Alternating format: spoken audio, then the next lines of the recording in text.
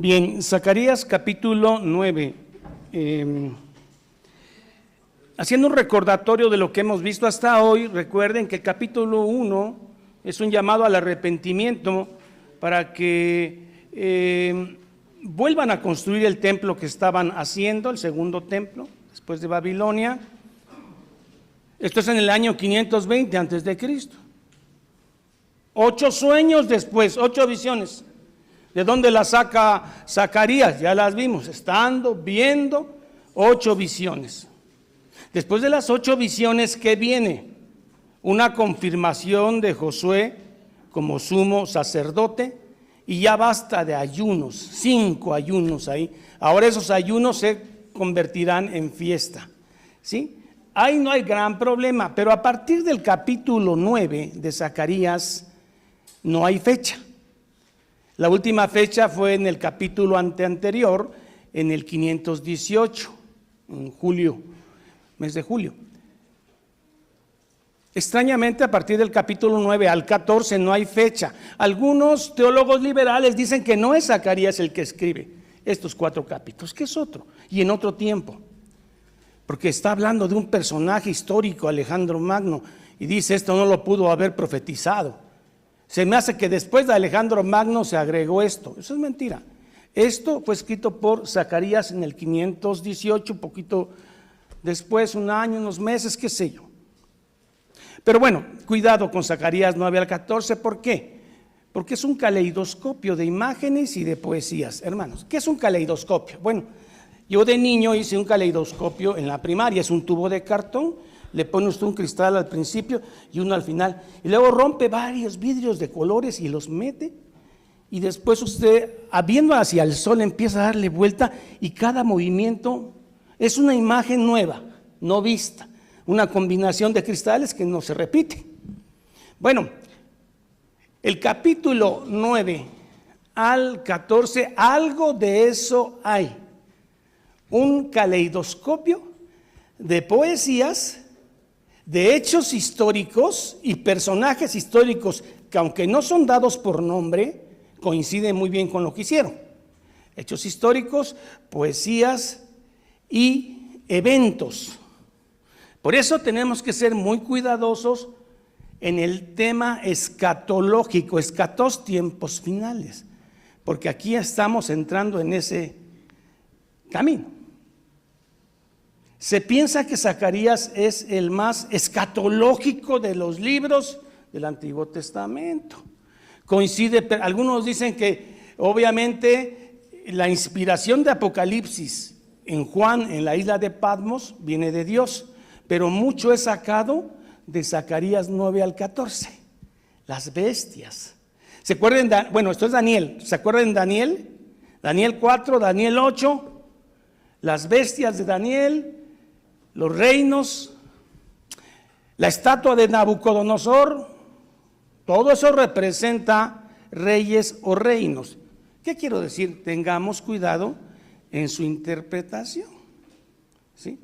Así que a partir del capítulo 9 vamos a entrar en un mundo caleidoscópico, teológico. Lo que no quiero que pierda es el hilo, fíjese, que todos los reinos que se levantan en contra del pueblo de Dios van a caer, ¿sí? Eso es lo importante, ya sea que lo vea como leones, como leopardos, como un monstruo con 10 cuernos y en el centro otro, como lo vea, no pierde el hilo. Cristo es el que vence al final, y Cristo está dando victorias también, ¿de acuerdo? Eso es lo que se quiere decir en este entramado de los capítulos más difíciles de la Biblia en cuanto a interpretación, porque hay interpretaciones tan bizarras, tan terribles, que no tienen nada que ver con esto. Capítulo 9, que el Señor nos ayude. Imágenes del reino mesiánico futuro, mesiánico, Mesías, Cristo. Se está adelantando a la presencia de un rey mesiánico, ¿de acuerdo? Dice así: la profecía de la palabra de Jehová está en contra de la tierra de Adrac y sobre Damasco, porque a Jehová debe mirar los ojos de los hombres y de todas las tribus de Israel. También Hamat. Hamat será comprendida en este territorio que se va a destruir. También esos orgullosos Tiro y Sidón, fenicios, Tiro y Sidón, aunque son muy sabias en su propio concepto. Bien que Tiro edificó fortaleza, amontonó plata como polvo y oro como lodo de las calles. Eran ricos, sí, ¿cómo no? He aquí el Señor la empobrecerá a Tiro y Sidón y herirá en el mar su poderío y ella será consumida por fuego. ¿Quién? Tiro. Bueno. ¿Tienes ahí un mapa para tener una idea de lo que... el mapa que te mandé? Hermanos, cuando entremos en estos temas de Zacarías, debemos conocer lo básico de geografía bíblica, hermano. Lo básico de historia parabíblica, para que también no andemos dando palos de ciego. Miren, hermanos, esto que acabo de leer son ciudades que existieron y algunas existen, ¿sí? Pero que un personaje las va a destruir, ¿sí? Y ese personaje, aunque no viene el nombre de él en la Biblia, históricamente el personaje es Alejandro Magno, el cual este joven hermoso en 13 años conquista el mundo medo-persa, se los come en 13 años y muere de 33 años. Pero él conquistó el mundo en 13 años. Era un leopardo, por eso Daniel lo representa como un leopardo de varias cabezas. Pero ¿dónde dice la Biblia que es Alejandro Magno? No lo dice, pero vea. Primero un poquito de geografía. Esto es Palestina, ¿sí? ¿Sí, hermanos? Esto es Palestina. Aquí está Jerusalén. Arriba está Siria. Hermanos, aquí por favor, Siria, no Asiria, Siria, ¿de acuerdo? Abajo está otra potencia brutal, Egipto. Arriba está una potencia brutal que acaba de derrotar a los babilónicos y son los medo-persas. O sea, yo los estoy llevando al año 332 antes de Cristo. Y este libro fue escrito más o menos en el 520 antes de Cristo. ¿Sí? ¿Estamos entendiendo? Porque Alejandro Magno aparece en el 333, por decir así, antes de Cristo. Y esta profecía es del 520 antes de Cristo, como 150 años antes. Y está coincidiendo con los hechos históricos. ¿De acuerdo? ¿Cuáles son los hechos históricos? Bueno, Alejandro Magno sale de Macedonia, se enfrenta aquí con los medos persas en un mar, está más arriba, le da su primera estropeada a Darío, después baja y se empieza a comer todo esto, hermanos. O sea, Siria, Fenicia, Filistea, y ya nada más le queda una potencia que no puso resistencia, Egipto. Se los comió. Pero extrañamente al regreso pasa por Jerusalén y la respeta. No hace nada contra Jerusalén. ¿De acuerdo? Nada más quiero decirles cómo era Alejandro Magno en su guerra. Hay una ciudad fenicia de ahí que se llama Tiro. ¿Sí? Estamos hablando de un mundo adelantado. Mire, Biblos era el lugar, las primeras bibliotecas del mundo antiguo. Biblos es una ciudad fenicia. Luego viene Tiro y Sidón. Bueno, Tiro, cuando Alejandro Magno la va a destruir, Tiro no está en la costa. A Tiro la había destruido Nabucodonosor. Intentó destruirla durante 13 años, no pudo. Asirios no pudieron, ¿Está bien la hermana? ¿Está bien? ¿Está bien? ¿Está bien? Muy bien. Primero lo primero, la salud. Entonces, volvemos. Cuando Alejandro Magno en el 333 quiere conquistar Tiro, estaba duro porque Nabucodonosor el Grande 13 años no pudo conquistarla. Asurbanipal de Asiria no pudo conquistarla. En cambio, Alejandro Magno en 7 meses la conquista. Es que era invencible, hermano, mire. ¿Por qué? Porque Tiro tenía una isla muy pequeña a 700 metros de la costa mediterránea. O sea, aquí está Tiro, ¿sí? Esta es la costa. Pues de este puntito a 1 kilómetro para allá estaba su isla y ahí era Tiro. ¿Cómo llegas a ellos? Alejandro no es tonto y agarra, bueno, Tiro, la que estaba en la península, había sido destruida, eran ruinas. ¿Qué hacemos? Todas estas ruinas, vamos a hacer una calzada de 1 kilómetro. En 7 meses lo logra, quema, les quita el dinero, los deshace. O sea, y ya los que están abajo, los filisteos, están mordiéndose los dientes, porque están diciendo, ya se conquistó Tiro, ¿y nosotros qué? Y Egipto también, mire, temblando, ni descansó después de que 7, mire, aquí, 7 meses, Tiro, entra a la fortaleza Alejandro Magno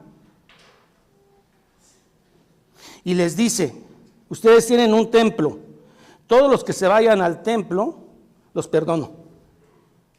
Pero ¿qué hicieron los de Tiro con su orgullo? Cada calle de Tiro fue una guerrilla, una matazón, no se quisieron vender. Al que se vaya al templo lo perdono. Al terminar la conquista, enojado Alejandro Magno crucifica a 5,000 gentes de Tiro en cruces griegas. Así, 5,000 para que aprendan que Alejandro Magno no. Esto es historia, esto no viene en la Biblia. Esto es historia. Muy bien. Y entonces tenemos que de ahí se van a conquistar las ciudades filisteas, Asdod, Gad, ¿sí? Y no tarda mucho en llevárselas. Y de ahí, ¿quién le queda abajo? Egipto. Y lo conquista con las manos en la cintura. ¿De acuerdo? Esto cuenta la historia y esto lo cuenta Flavio Josefo. Regresa a Jerusalén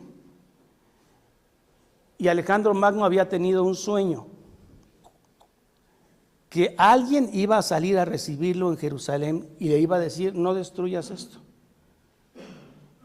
Regresa Alejandro, llega a Jerusalén y sale el sumo sacerdote, le dice, no te metas con el Dios vivo, el Dios de los cielos. Y no solo no se metió con el Dios de los cielos, sino que hasta ofrendó, hizo sacrificios al Dios de los cielos. No, si hay alguien ecuménico, es Alejandro Magno y político.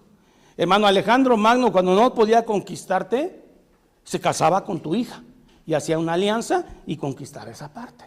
Él es Alejandro Magno, que conquista el mundo en unos cuantos años. Esta es historia, ¿de acuerdo? Espero no haberlos aburrido con esta historia. Ahora, vayamos a la Biblia para ver si lo que la Biblia de Zacarías 150 años dice algo parecido con lo que hizo Alejandro Magno en la historia, aunque no esté el nombre ahí. Miren. 2, dice, también Hamad ya es Siria. Muy bien, ¿están conmigo? Verso 2, también Hamad será comprendida en el territorio de este. Ahora sí, Fenicia, Tiro y Sidón, aunque sean muy sabias, bien que Tiro se edificó fortaleza y amontonó plata, polvo, oro, riquísimos, he aquí el Señor los empobrecerá, herirá en el mar su podería y ella será consumida por fuego. Fue consumida por fuego, conquistada por Alejandro Magno. ¿sí? Y todas sus ruinas fueron tiradas al mar. Se cumplió al pelo, como Zacarías lo dijo, 150 años antes. Por eso los que andan buscándole a la Biblia que no, es que eso se escribió después de Alejandro Magno. 5, ahora vienen los filisteos. 5 ciudades de los filisteos. A ver, ¿quién se sabe las 5 ciudades de los filisteos? Gaza, Ascalón, bien. Verá Ascalón y temerá Gaza. ¿Ya se dieron cuenta? Cuando estaba siendo conquistado Tiro, que está cerquita de las ciudades filisteas, que estaban haciendo los filisteos. En 7 meses conquistaron Tiro. Y ahora vienen para acá, porque para ir a Egipto tienen que pasar por acá. Y sí, ¿cómo no? Dios los va a enjuiciar por todo lo que le habían hecho a Israel. Verá Ascalón, temerá Gaza. También, y se dolerá en gran manera, asimismo la tercera ciudad filistea, Ecrón, porque su esperanza será confundida, y perecerá el rey de Gaza, y Ascalón no será habitada. 5 ciudades filisteas destruidas. ¿Se acuerdan? Esto sucede con Alejandro Magno. ¿En qué año hizo esto Alejandro Magno? 333 AC. ¿Cuándo fue escrito Zacarías? 520, 518 AC. ¿De acuerdo? Seguimos con las ciudades filisteas. Habitarán en Asdod un extranjero y pondré fin a la soberbia de los filisteos. Bueno, ¿de qué se creían los filisteos? No eran tan ricos, pero eran los mejores herreros del mundo. Para hacer lanzas, para hacer la guerra eran muy buenos. ¿Se acuerdan que ahí nació un gigantón? ¿Y quién le pegó? El rubio David, con una onda, una piedra. Él era filisteo. Luego es hombre que no paraba de andar con mujeres, hermano, y que se enamora de una mujer y le corta el cabello y le sacan los ojos. ¿Quién es ese? ¿Quién? Sansón y los filisteos. Y Dios le devuelve por última vez la fuerza y logra derribar las columnas del templo filisteo. Esos son los filisteos. Ya están recibiendo juicio. Como todas las naciones en el futuro que atacaron al cristianismo, recibirán juicio en la segunda venida de Cristo. No pierda, este es el hilo. No pierda. Ahora dice, miren, los filisteos eran muy chistosos. Tenían a Dagón, que era un dios con cara de pez. ¿Se acuerdan que una vez derrotaron a David y se llevaron el arca? Y se la llevaron y la pusieron frente al dios Dagón. ¿Qué pasó al otro día? Estaba despedazado Dagón y el arca intacta. Esos son los filisteos, hermanos. No son tan buenas gentes. Y luego ofrecían a sus dioses animales impuros, perros, ratas, ratones, las ofrecían y después de ofrecerlas se las comían y les quedaba la carne entre los dientes. Y dice Dios, les voy a quitar esa carne de ese tipo de ofrenda que ellos dan. Estos son los filisteos y están pasando a juicio. Como toda nación que se levantó en contra de Cristo, en su segunda venida pasará a juicio. Esto es lo importante.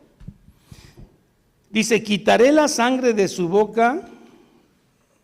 Yo creo que no se lavaban los dientes, hermano, porque hasta sangre les salía, tenían gingivitis, tenían hinchadas las encías y carne ahí.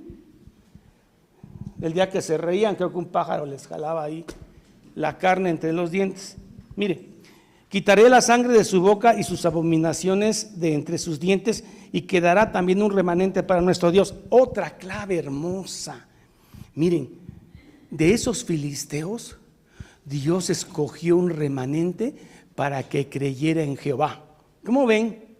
Un adelanto de la adopción que se iba a hacer en el cristianismo de los gentiles, de todo tribu, lengua y nación. Un adelanto. Sucedió también cuando David conquista Jebús, donde estaban los jebuseos.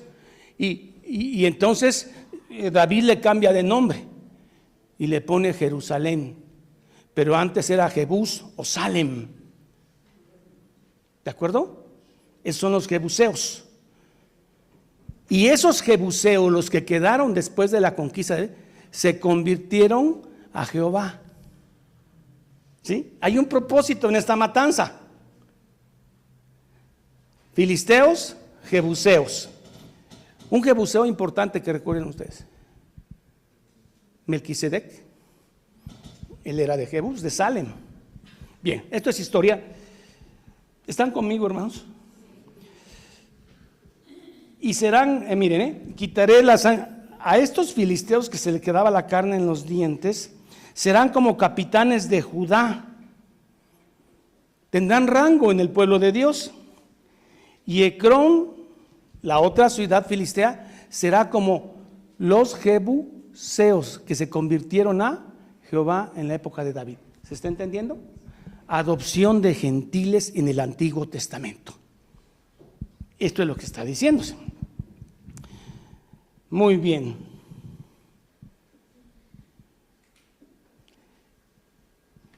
Cuidado con el versículo 8. Miren, el versículo 8, véalo con cuidado porque es un puente. Es una transición para dar paso. Cuando usted pasa un puente y ya llega a la otra orilla. Es una transición para hablar de la segunda venida de Cristo. ¿Está bien? El verso 8. Verso 9. Vean el verso 9, hermanos, por favor. Habla de la primera venida de Cristo. ¿Está bien? Verso 10. Habla de la segunda venida de Cristo. Dios mío, que lo entendamos. A ver. El verso 8 es una transición mesiánica. El verso 9 habla de la primera venida de Cristo. Verso 10 habla de la segunda venida de Cristo en gloria. ¿Estamos bien? ¿Lo leemos? Verso 8.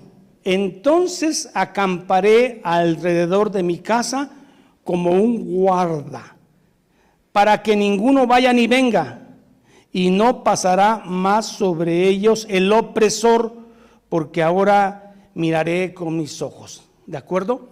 ¿Cuándo se cumple esto? Cuando Alejandro en el 333, después de conquistar Egipto, regresa y pasa por Jerusalén y ni la toca. Al contrario, le digo, como era ecuménico y político, hasta una ofrenda, dice Josefo, que hizo. ¿De acuerdo?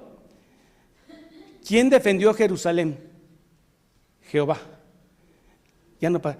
Pero este tipo de defensa es un tipo de defensa que se está dando todavía en muchos creyentes. Y es un tipo de defensa que se va a dar al final, cuando Cristo venga. Es un tipo. ¿De acuerdo? ¿Sí cuaja, hermanos? Bueno.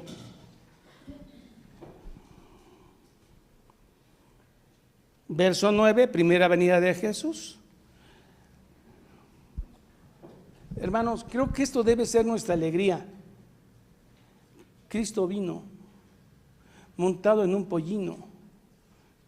Se cumplió lo que todos los profetas antiguos testamentarios dijeron, Isaías, Jeremías, el siervo sufriente. Cristo vino humilde en un burrito. Segunda venida de Cristo, vendrá en caballo. ¿No le da alegría, hermano? Cristo cumplió lo que todos los profetas antiguos testamentarios dijeron. Y ahora lo que todos los escritores del Nuevo Testamento dicen es que Cristo viene. ¿Usted cree? Un día aparecerá nuestro Señor. Veamos la primera venida. Esto también Mateo habla de ella, Mateo 21 me parece. Mateo 21, 5 y Juan 12, 15 dice: alégrate mucho, hija de Sión, muchacha de Sión. Da voces de júbilo, hija de Jerusalén. He aquí, por fin, no profetas, no es el Bautista, es el Rey, hermano. He aquí tu Rey vendrá a ti, justo y salvador, humilde, cabalgando sobre un asno, sobre un pollino de asna. Vean la entrada triunfal a Jerusalén, Mateo 21. Hosana, hosana al que viene en el nombre del Señor. Miren, los judíos de la época de Jesús tenían un problema. Pensaban que este rey David iba a ser un tipo de Alejandro Magno, pero más fuerte todavía, ¿sí? Que él iba a quitar el imperio a Roma palmo a palmo, centurión a centurión, César sobre César. ¿Por qué? Porque este rey venía por su Jerusalén. Y resulta que en lugar de entrar con ese poder, entra en un asno, pollino, y muere una semana después crucificado. No era el rey, o al menos el tipo de rey que ellos esperaban. Mínimo un Alejandro Magno, mínimo un Macabeo. Pero el mensaje de este rey es de otro mundo. Este rey dice que se vencen los imperios, se vence la maldad con el bien, con el amor, con el perdón. Perdónalos porque no saben lo que hacen. Por eso este mensaje es de otro mundo, es de un valor inigualable, pisa terrenos celestiales, habla de un amor mayor. Por eso fue crucificado, porque el mundo no lo conoció. Y dice que Juan vimos su gloria como de unigénito, pero el mundo amó más las tinieblas. Pero él vino montado en un pollino, en una asna, ¿sí? Vino a perdonarnos. El asno es un símbolo de paz, porque había reyes que entraban en un asno y tú te dabas cuenta que venían en son de paz. Pero si veías entrar a un rey en un caballo, iba a haber guerra, hermano. ¿Se entiende? Por eso él entra montado en un pollino de asna, que nunca había sido montado. Cristo vino. Y él dice que volvería. Si no fuese así, no os los dijera. Voy a prepararos morada. Si no fuese así, no os lo dijera. Segunda venida de Cristo, verso 10. ¿De acuerdo? Y de Efraín destruiré los carros, los caballos. Efraín en este momento es Jerusalén, esas son las tribus. ¿De acuerdo? Y de Efraín destruiré los carros y los caballos de Jerusalén. Segunda venida.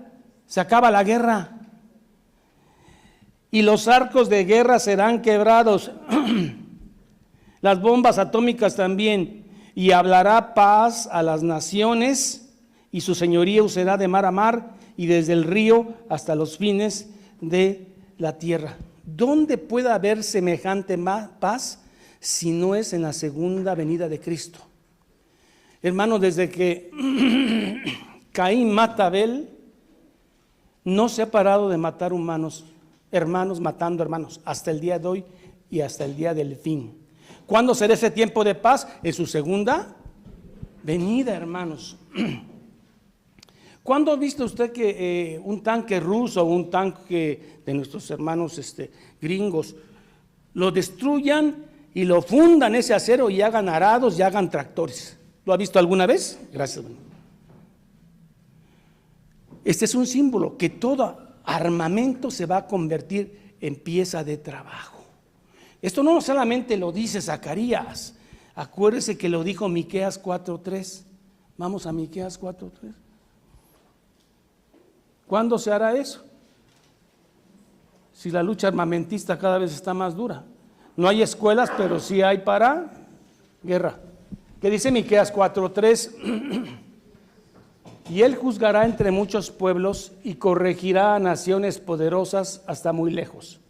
Y martillarán sus espadas para asadones y sus lanzas para hoces. No alzará espada nación contra nación, ni se ensañará para la guerra. Segunda venida de Cristo. Isaías 2:4. Segunda venida de Isaías 2:4. Y juzgará entre las naciones y reprenderá a muchos pueblos y volverán sus espadas ¿en qué?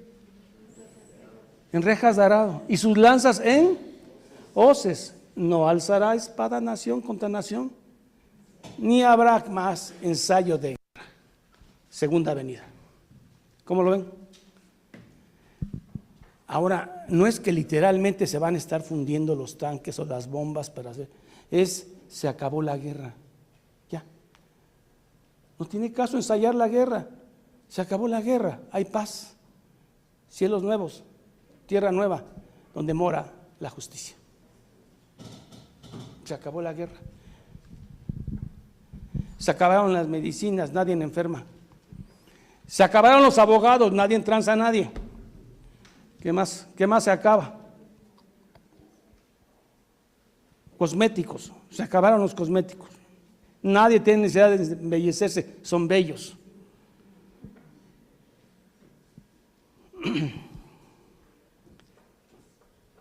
Verso 11. Y tú también, miren, explico aquí. ¿Ya ven cómo de versículo a versículo no hay una línea de tiempo? No es de que el versículo 1 es en el año 30, el versículo 2 en el año 33, el versículo 3 en el año… No llevan un hilo cronológico, no llevan un hilo de tiempo. Hay poesías, caleidoscopio, ¿sí? Por eso es que también Zacarías a veces, si me permite el término, te saca de onda. Y también, ahora le va a hablar al pueblo, ¿sí? Al pueblo de Israel nacional de la época de Zacarías y al pueblo de Israel espiritual en nuestro tiempo. Y le va a decir, no se preocupen, tengo un pacto con Abraham. Tengo un pacto con Abraham en Génesis 12, en Génesis 15 y en Génesis 17 y lo voy a cumplir. Ah, caray. ¿Y qué pasó cuando la gente no se convierte a Cristo en la época de Cristo? Esa gente es el Israel nacional y empieza el Israel espiritual de todo tribu, lengua y nación. Porque Dios cumple sus promesas a Abraham que le dio en Génesis, en el capítulo 12, en el 15 y en el 17, por si hiciera falta 3 veces. Entonces las promesas se siguen cumpliendo en la iglesia. Por eso le dice, y tú también, por la sangre de tu pago, perdón, por la sangre, claro, por la sangre de tu pacto que hice con Abraham. ¿Se acuerda que Abraham mató unos animales y luego Dios se pasea entre los animales? Así era el pacto en ese antiguo vasallaje. ¿Y cómo no voy a cumplir? ¿Y qué significaba eso? Si no cumples te va a pasar lo de estos animales desangrados. Y Dios de pactos, Dios de promesa dice, pero por el pacto serás salva. ¿De acuerdo? Y luego dice, yo he sacado a los presos de las cisternas. ¿Quiénes son estos presos de las cisternas? Las cisternas eran unos hoyancos gigantescos donde se acumulaba el agua, pero a veces se secaba y era un lugar ideal para encarcelar gente. A José, cuando lo venden y lo llevan a Egipto, lo tiran en una cisterna. Pero está hablando del pueblo miren, cuando los fariseos enfrentan a Cristo, le dicen, nosotros nunca hemos sido esclavos. ¿Se acuerdan? Ya se les había olvidado que Asiria, Babilonia, Grecia y Roma les pasó por encima. Orgullosos. Nunca hemos sido esclavos. Esclavos sois del pecado. ¿Sí? Están en una cisterna. Tienen esperanza como remanente, pero son esclavos de sus pecados. Están en una cisterna. Y entonces es donde entra lo lindo. Cuando Jesús va a Galilea y entra en la sinagoga y agarra el libro de Isaías, hermano. Vamos a Lucas 4, 18. Se le pasó el libro de la ley, 4:18. Y mire lo que dice. ¿Se acuerda de la imagen de la cisterna llena de cautivos del pecado? Y dice Jesús: el Espíritu del Señor está sobre mí, por cuanto me ha ungido para dar buenas nuevas a los pobres. Me ha enviado a sanar a los quebrantados de corazón. Qué bueno que yo soy uno de esos, un quebrantado de corazón, un pobre espiritual. Bienaventurados los pobres de espíritu. A pregonar libertad a los cautivos y vista a los ciegos, y a poner en libertad a los oprimidos. Hoy mismo se ha cumplido esta profecía. Yo soy el que va a libertar a los cautivos. Los fariseos dicen: pero nosotros no necesitamos médico. No, necesitan médico los que están enfermos.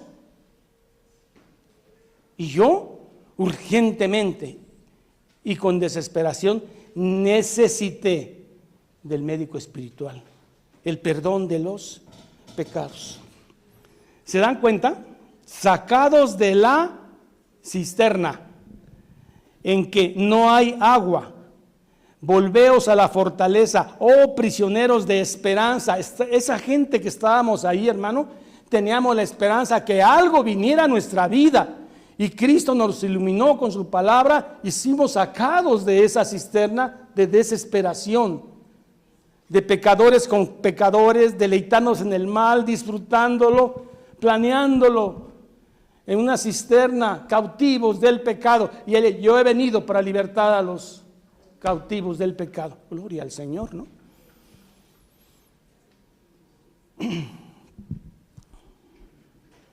Trece.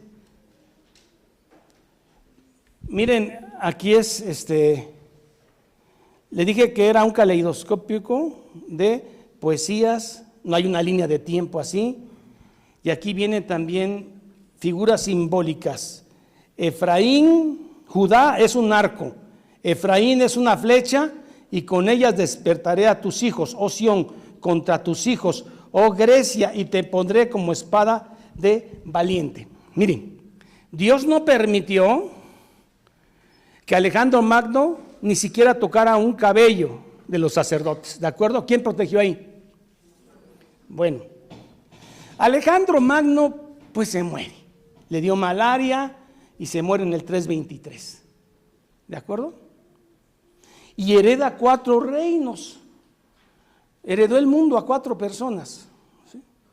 Los que nos interesan ahorita son los Ptolomeos, que heredaron Egipto, y los Seleucidas, que heredaron la parte de Damasco. ¿Por qué nos interesan eso? Porque en medio está Israel, ¿sí? Y lo que tenía que ser, y lo que tenía que pasar, pasó. Un descendiente de estos Seleucidas, Antíoco IV Epífanes, en el año 167 AC, llega y sacrifica un cerdo, una cerda, en el atrio. La abominación desoladora, un tipo de anticristo, no es el anticristo, es un tipo de anticristo, ¿sí? Y entonces se levanta un grupo, una familia de apellido Macabeos o de nombre Macabeo, Jonatán, Hircano, un montón.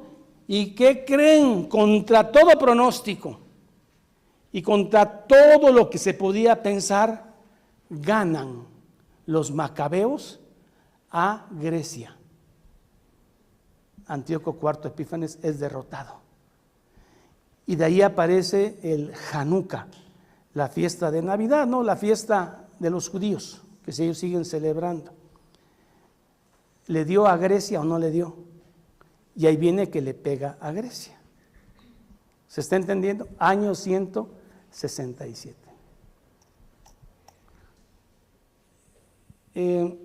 60 años Israel no es cautiva de nadie.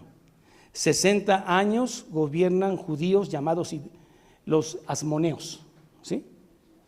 Pero en el año 66 le cae Roma con Pompeyo. Pompeyo en el año 66 dice: Jerusalén es mía, se acabó, de aquí para adelante. Cuando Cristo llega, quien es el jefe es Roma. ¿Sí? Pero todo esto viene en estos profetas, no en un orden. Muy bien, ahí voy a darle al final, hermanos.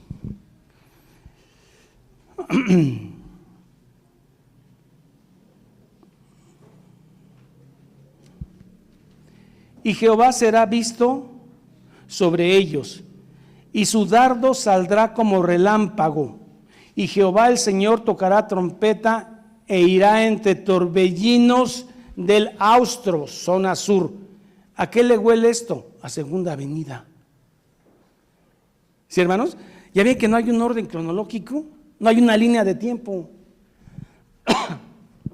Esto huele a segunda venida, y Jehová será visto sobre ellos, y su dardo saldrá como relámpago, y Jehová el Señor tocará trompeta. Apocalipsis, se tocará trompeta, e irá entre torbellinos del austro. Jehová de los ejércitos los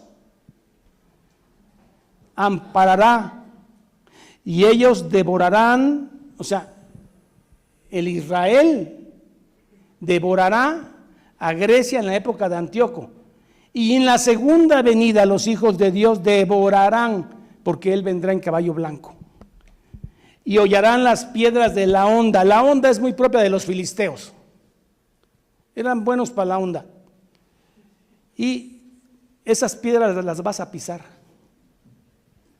porque yo estoy contigo. Beberán y harán estrépito como tomados de vino, y se llenarán como tazón o como cuernos de altar. Miren, estarán tanto, miren, en la segunda venida estarán tan contentos que estos son imágenes, no lo literalice, son imágenes que habla que estarán tan contentos como si hubieran tomado vino, y estarán tan victoriosos que tendrán tanta sangre como la sangre que tienen los cuernos del altar del sacrificio. Bueno, el altar del sacrificio, ahí mataban a los animales, salpicaba tanta sangre en los 4 cuernos que ponían tazones abajo para que ahí cayera la sangre. Tanta victoria habrá en la segunda venida de Cristo que se derramará sangre, así como se derramaba en los altares. Simbología, hermano, símbolos. Segunda venida, victoria. Acuérdense de esa llamada guerra de Armagedón que viene en la Biblia. Muy bien, estoy por terminar. Y los salvará en aquel día Jehová su Dios. ¿Cuál es aquel día? Segunda venida. Pero un tipo de día fue cuando vencen a los griegos, a Antíoco, un tipo de victoria. Muy bien. Y salvará en aquel día Jehová su Dios como rebaño de su pueblo. ¿De acuerdo? Esto me sigue oliendo a segunda venida. Esto me huele a cielos nuevos y tierra nueva donde mora la justicia. Esto me huele a cuerpos glorificados. Esto me huele a que ya hubo una transformación, que todos los elementos fueron transformados. Así me parece que es. ¿Por qué? Miren,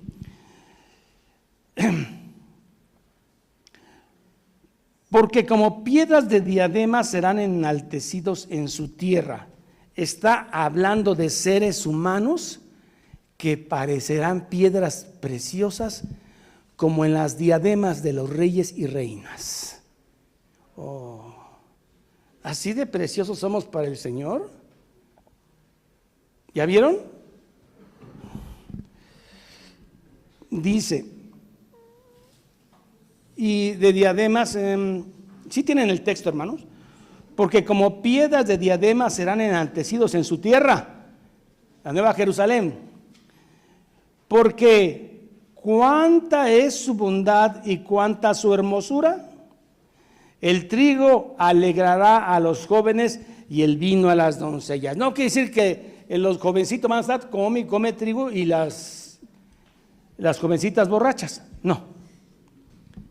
Habla de abundancia, de alegría, de gozo, símbolos, hermano.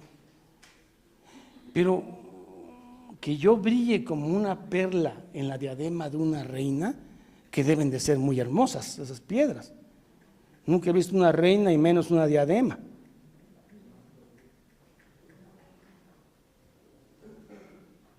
Y brillaremos como el sol, hermano.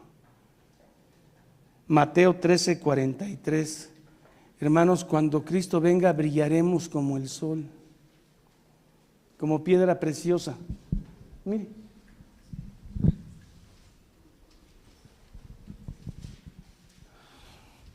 Cielos nuevos, tierra nueva, Cristo ha regresado, la nueva Jerusalén. Y mire cómo estamos. Entonces los justos, los justificados por Cristo, resplandecerán como el sol en el reino de su Padre. El que tiene oídos para oír, oiga. Seremos como la perla que tiene, o la piedra preciosa que tiene una diadema de rey. Hermosos. Brillaremos como el sol.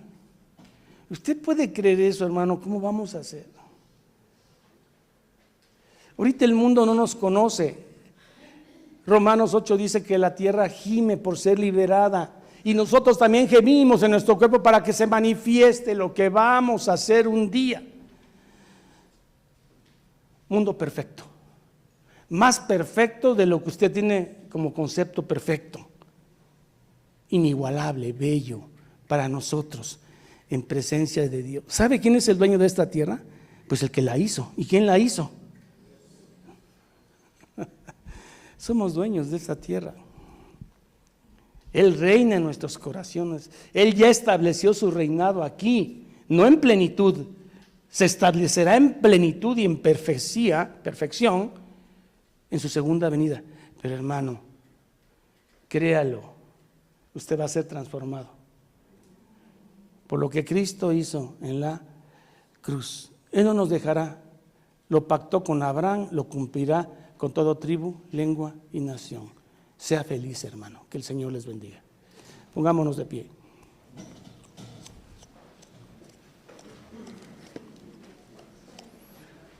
Gócese con estas promesas, hermano.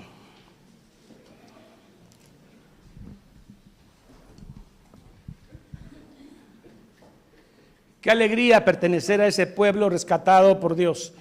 Todos aquellos que necesitábamos el médico de médico, los pobres de espíritu, esos que estábamos en la cisterna del mundo, planeando el mal, haciendo el mal, atados a una esperanza. La esperanza vino, la luz vino al mundo y el mundo cambió. Sea feliz, hermano, demos gracias a Dios.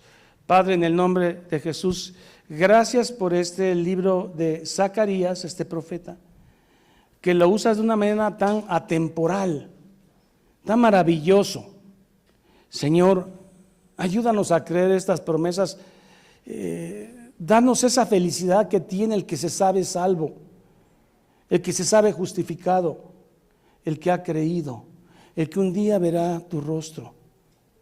No me cansaré de recordarle a esta iglesia lo que Dios ha prometido por gracia. Señor, ayúdanos.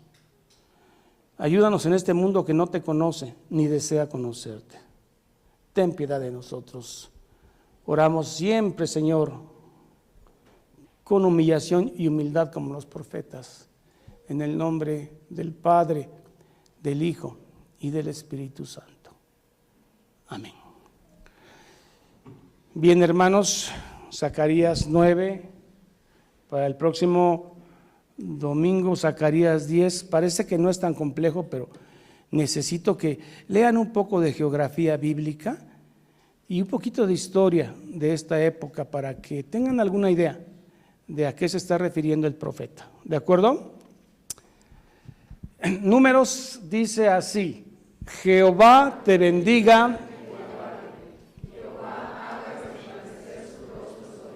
y tenga de ti misericordia, alce sobre ti su rostro y ponga en ti paz. Corintios dice así: la gracia del Señor Jesucristo, el amor de Dios y la comunión del Espíritu Santo sea con todos vosotros. Y el pueblo dice: amén.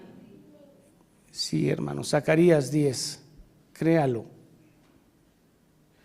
Créalo en el camino, créalo hoy. Esas promesas son para nosotros, los que necesitamos del médico divino. Créalas y entonces sea feliz en medio de la aflicción. Que el Señor los bendiga. Nos veríamos el próximo domingo con Zacarías 10. Que el Señor los bendiga hasta entonces.